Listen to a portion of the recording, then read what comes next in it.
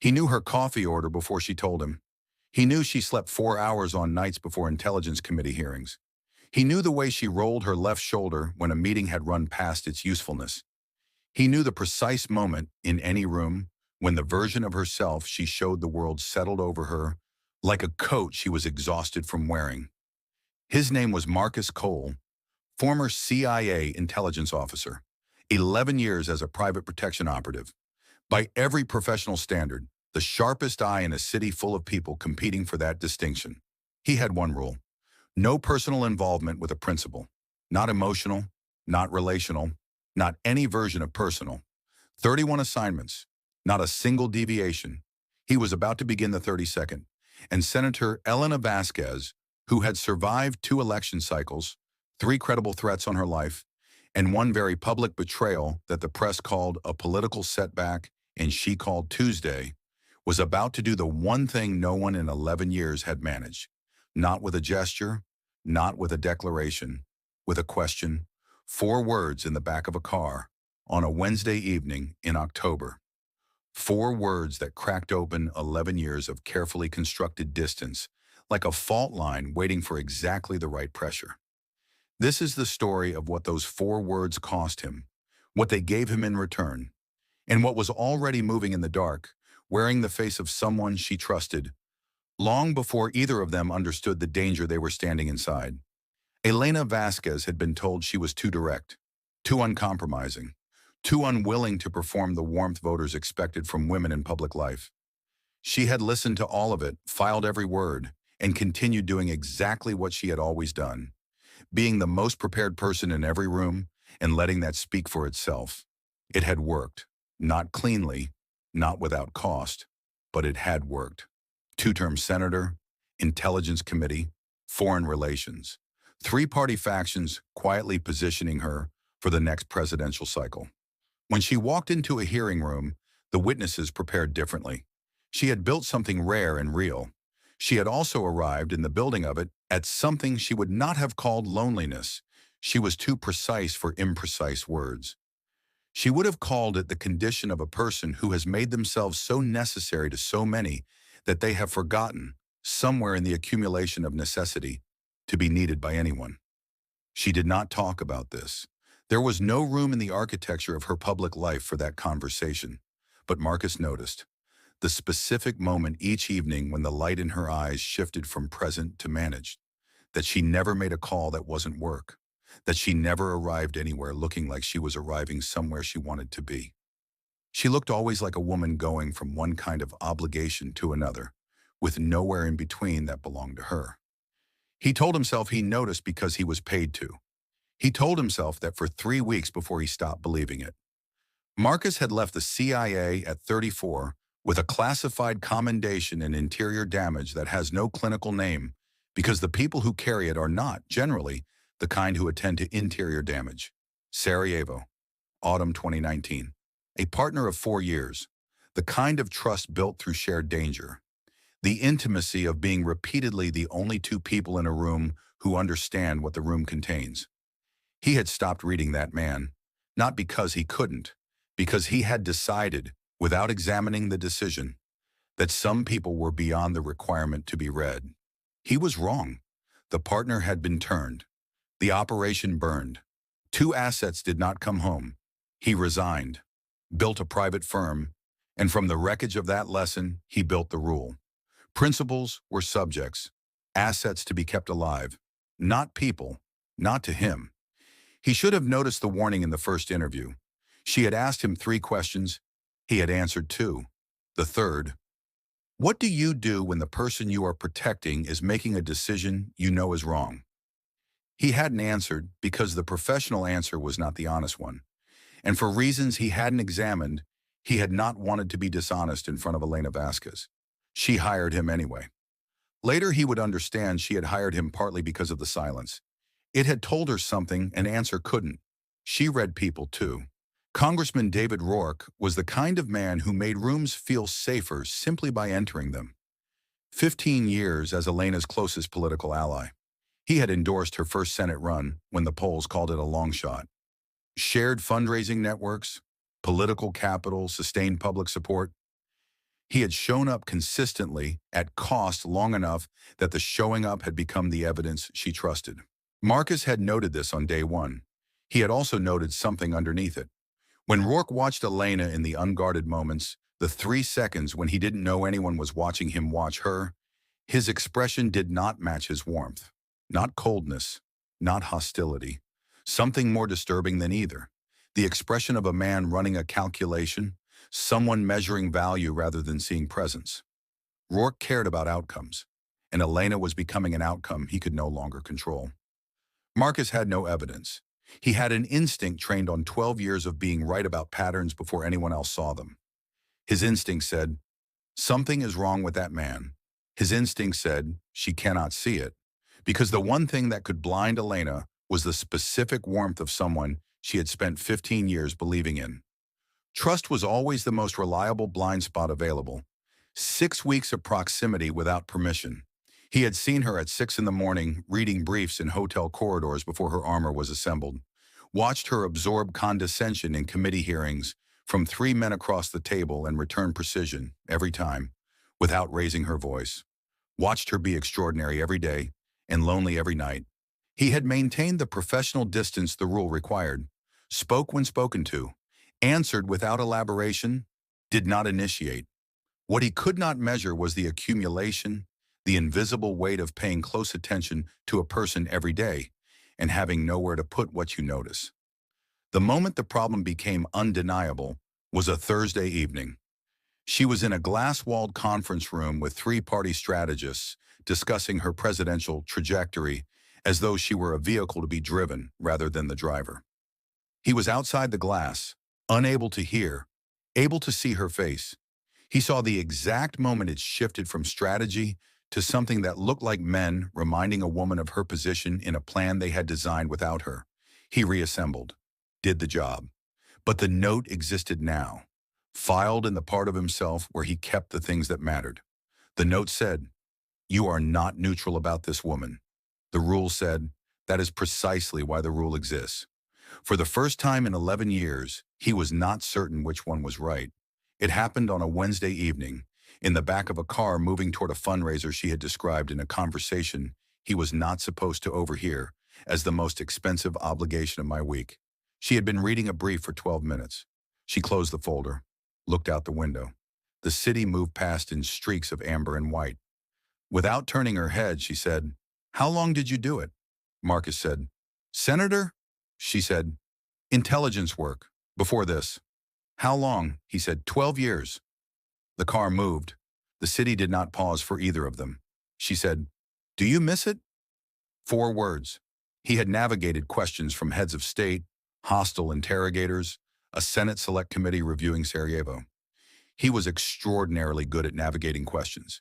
He could not navigate these 4, not because they were complex, because they were personal, because no one in 11 years had asked him whether he missed something. They asked about threat assessments and response protocols. Nobody asked what it felt like. He said, "That's not a security question, Senator." She turned from the window, looked at him with the directness that was her default, complete attention, unmodified by social convention. She said, "I know. I'm not asking a security question. I'm asking you a question. You can answer it or not. But I want you to know I'm asking because I'm curious about you. Not because it's useful to me." He could not read this moment, not because she was opaque, because she was entirely transparent. She was simply curious about him as a person, the way people are when they have decided, without announcement, that someone is worth knowing. No one had decided that about him in a very long time. He said sometimes, not the work itself, the clarity of it. Everything outside of it has always been less defined. Something moved in her expression. Not pity, not sympathy, recognition. The look of someone who has heard a description of their own interior life in someone else's words. She said, "Yes, it is." 2 words. Just the confirmation that she lived inside the same truth. She looked back at the window. They did not speak again before they arrived. Marcus spent the rest of that evening watching the room. He also, for the first time in 11 years, thought about something other than the room. The crack existed now, invisible, structural, the kind that doesn't announce itself until the pressure finds it. 3 days later on a Sunday evening, he found something in Rourke's financials. Not a crime, a pattern. 3 payments over 18 months, routed through a consulting firm with no verifiable clients, no web presence before 14 months prior, and a registered address resolving to an Arlington mailbox shared by 9 equally thin entities. The payments were sized with surgical precision, large enough to mean something, small enough to stay beneath every reporting threshold, the financial equivalent of a message written in a font just below the human eye's comfortable resolution. Marcus had spent 12 years reading messages written in exactly that font. 6 hours of pulling threads. What emerged was not a complete picture, the outline of one. What he could establish. The consulting firm had a financial relationship with a lobbying entity that had expressed through channels he recognized from his intelligence years an active funded interest in disrupting Senator Vasquez's presidential trajectory. Not her politics, her trajectory. What he knew with cold certainty, Rourke had been feeding them access, schedule, the specific vulnerabilities of a woman who trusted him so completely she had never thought to question why. He sat in his car at 2 in the morning outside her building with this information and one unanswerable question. How do you tell the most perceptive woman you have ever known that the person she trusts most has been measuring her value rather than guarding it? How do you take 15 years of someone's faith and tell them it was a room they had been locked inside without knowing it had a lock? He did not sleep that night, or the one after. He tightened everything quietly, added a second venue sweep, rotated motorcade routes every 72 hours, repositioned himself in rooms, midpoint, not perimeter, always between Elena and Rourke. She noticed on the 4th day. Of course she noticed. She waited until their car, the moving space that had become, without either of them deciding it, the only place in their shared geography where something real was permitted to happen. She said, "Something has changed in how you're working." He said, "Standard rotation adjustment." She said, "Marcus, I have spent 20 years in rooms with people managing information I'm supposed to receive. I know what it looks like. Don't do that to me." He said, "I have a concern I am still developing. When I have enough to bring you with the certainty it deserves, I will bring it." She said, "And if certainty comes too late?" He said, "It won't." She studied him. Then, "I know you mean that. It's the only reason I'm not pushing harder." He understood she was not extending professional trust to a contractor. She was extending personal trust to a person. The distinction was the rule. The rule bent since a Wednesday evening in October, and now in this silence, no longer bent. Broken. Neither of them said so. Neither needed to. The private dinner was 43 guests in a Georgetown townhouse. Marcus had swept the venue twice, verified every name, placed his colleagues at both entry points. He had not accounted for the 48-hour window in which the catering roster had been quietly modified. One addition, a single staff member whose documentation had been processed through the security coordinator's office and cross-referenced against a database that Rourke's consulting firm had acquired a minority stake in 6 months prior. He saw it at 9:14, not in the paperwork. In Rourke. Rourke crossed toward the kitchen with the efficiency of a man completing a task, not the drift of someone getting a drink, but the purposefulness of a man on a clock. Marcus watched him stop beside the last-minute catering edition. 4 words exchanged. The staff member's right hand moved, and Marcus Cole, 12 years of reading the exact moment before things went irrevocably wrong, moved, crossed the room, had Elena's arm, was moving her toward the exit before the room noticed anything, before Rourke turned back from the kitchen. Doors sealed. Driver instructed. Gone. She did not resist. She trusted him. What had been in the staff member's hand was a transmitter designed to capture audio from a specific encrypted call Elena was scheduled to make that evening. A conversation about her presidential positioning that, released to the right journalist at the right moment, would have introduced a narrative that no clarification could fully erase. Rourke had not tried to kill her. He had tried something Washington considered more effective: The right doubt in the right minds with enough deniability that the knife could never be traced to the hand holding it. He had tried to quietly, surgically end her. Marcus looked at her. He said, "I need to tell you something." She said, "I know." He said, "You don't know what I'm about to say." She held his gaze, very quietly. "I know it's about David. Tell me." He told her everything. The payments, the consulting firm, the Arlington mailbox, the lobbying entity, the pattern in Rourke's unguarded moments, the transaction in the kitchen, all of it, ordered, clear, the way he had always given people the information they needed to act. She listened without moving, without interrupting, without the micro-expressions most people cannot suppress when something they believed is being reorganized underneath them. When he finished, the city continued outside the window. The city had no interest in what had just happened. She said, "How long have you known?" He said, "Suspected 6 weeks. Evidence? 3 days." She said, "Why didn't you tell me 3 days ago?" He said, "Because I needed certainty before asking you to break something you've spent 15 years building on a pattern a lawyer could call circumstantial." Then very quietly, 15 years. I was at his daughter's graduation. He held my hand at my mother's funeral. She stopped. Let the weight of it sit between them. She said, "Was any of it real? Not the alliance, not the endorsements. The older, smaller question, underneath the one every person who has been genuinely betrayed eventually arrives at in the dark. Was the warmth real? Or was I alone inside something I mistook for company?" Marcus said, "I think some of it was. I think the man who stood beside you 15 years ago believed in what he was doing. I think somewhere between then and now, ambition and fear did what they do, replaced the original thing with something wearing the same face." She said, "That almost makes it worse." He said, "Yes." She was quiet with the particular quality of someone watching a version of their own history rearrange itself without their permission. Then, "Thank you for telling me yourself and not managing me into finding out some other way." He said, "I wouldn't do that to you." She said, "I know. That is the reason I trust you."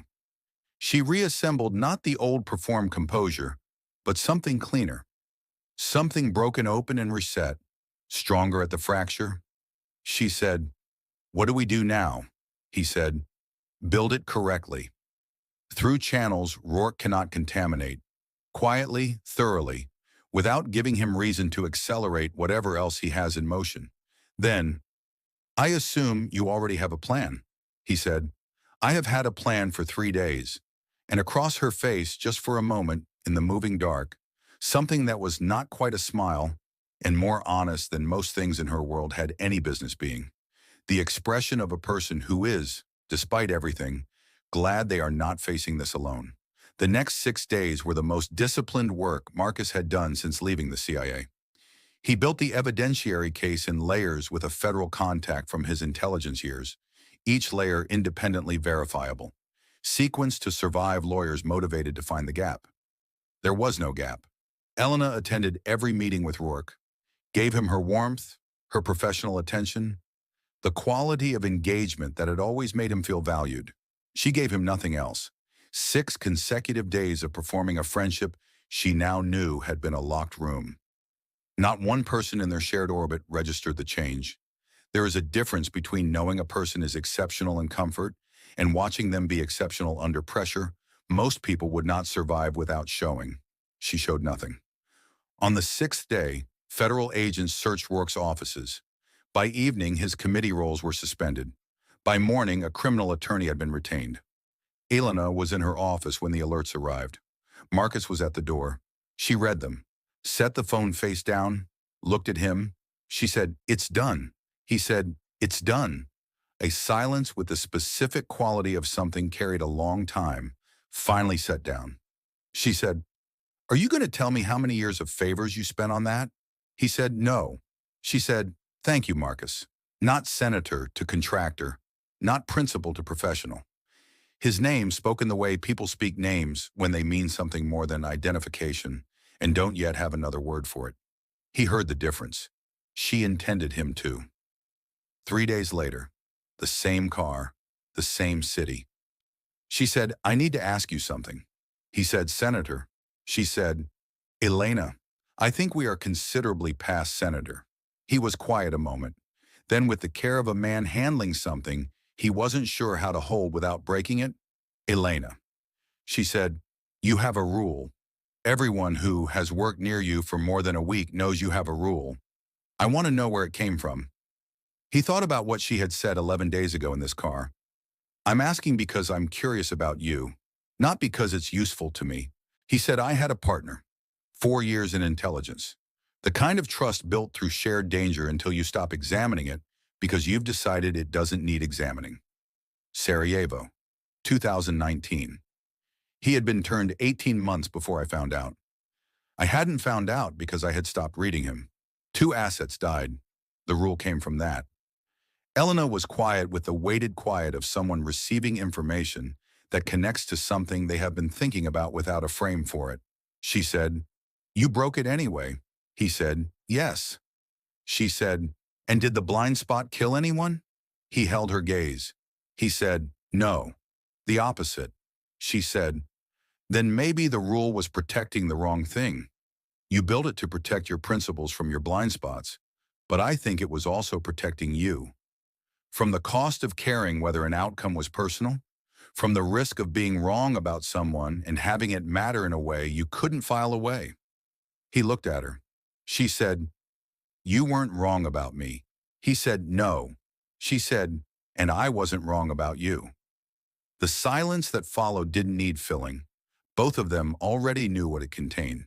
She said, I have spent 20 years being the most necessary person in every room I walk into. For most of those years, I have been quietly, specifically alone inside all of it. You are the first person in a long time who has seen the version of me that exists before I decide what to show. She paused. She said, I don't want to manage that into something safe. I have managed everything else into something safe. I am exhausted by safe. The car moved through the city. Marcus looked at the road with the particular focus of a man conducting the most honest accounting of himself he has done in years. Then he said, the rule says no personal involvement with a principal. He said, I don't think you are my principal anymore. She turned from the window. He said, I think you are something else. I would like to find out what that is, if that is agreeable to you. And Elena Vasquez, who had negotiated with foreign ministers, held her composure in hearings designed to break her. Not once let the cameras see her cry at her own mother's funeral. Looked at him with an expression entirely, completely, without any trace of management. She said, that is very agreeable to me. Marcus Cole tendered his resignation the following Monday morning. He spent 2 weeks sitting with a question that had no operational answer. What do you actually want now that the rule isn't there to answer it for you? The answer required less deliberation than 11 years of discipline had led him to expect. He called her on a Thursday evening. She answered on the second ring. They talked for 43 minutes about nothing professionally relevant. By every standard that had governed his life since Sarajevo, entirely unproductive. It was the best 43 minutes he had spent in 11 years. I want to talk to you about rules, not the ones other people gave you, the ones you built yourself, assembled from the specific material of something that genuinely hurt you, shaped into a structure that would ensure that particular hurt never found its way in again. You know the one I mean. You have one. Everyone who has survived something real does. Maybe it sounds like, I don't let people get close before I know they'll stay, or I don't trust warmth that arrives too easily, because the last time it did, there was a cost you're still paying. The rules make sense. They are not weakness. They are the considered architecture of someone who paid for a lesson and built something to ensure they wouldn't pay for it again. But architecture built for protection cannot distinguish. It keeps out the things that would hurt you. It also keeps out the things that would reach you. It makes no judgment between what you needed to survive and what you need to live. Marcus Cole spent 11 years inside exactly that architecture, so efficient at keeping everything out that he had stopped noticing the interior had become a kind of held breath, precision on the surface, distance underneath. And then a woman asked him 4 words in the back of a car. Not a challenge, not a demand. Just the simple, radical act of one person being genuinely curious about another, without an agenda underneath it. And something locked for 11 years simply opened. He did not fall apart. The blind spot did not destroy anyone. The thing he most feared, caring too deeply and losing clarity, proved to be backwards. He saw her. More clearly because he cared, not less. The rule had been protecting him from the wrong outcome. It had been protecting him from a 43-minute phone call that covered nothing important and was the most alive he had felt since before Sarajevo. Now I want to ask you something. Is there someone in your life right now who has been standing at the edge of a rule you made a long time ago? Not demanding entry, not challenging your reasons, just present. Just making the rule feel less necessary than it used to without knowing that is what they are doing. Someone asking you a real question, not dramatic, not confrontational, just honest. The kind that arrives in ordinary moments, in cars and hallways, in the margins of conversations that were supposed to be about something else. A question you have been deflecting, because rules made from pain are honorable, but they do not have to be permanent. They do not have to outlive the wound that built them. They are allowed to be retired when the evidence says the person in front of you is not the thing that hurt you. Elena asked Marcus a question. He answered it honestly, and 11 years of distance fell open like a door that had been locked from the inside. He had the key the whole time. You are the one holding yours. And if there is someone in your life who has been asking you a question you have not yet answered, this might be the week you answer it. Not because the risk has disappeared, it hasn't. Because some things are worth being wrong about. Some people are worth the rule being broken. Thank you for watching. Please like, share this video, and subscribe.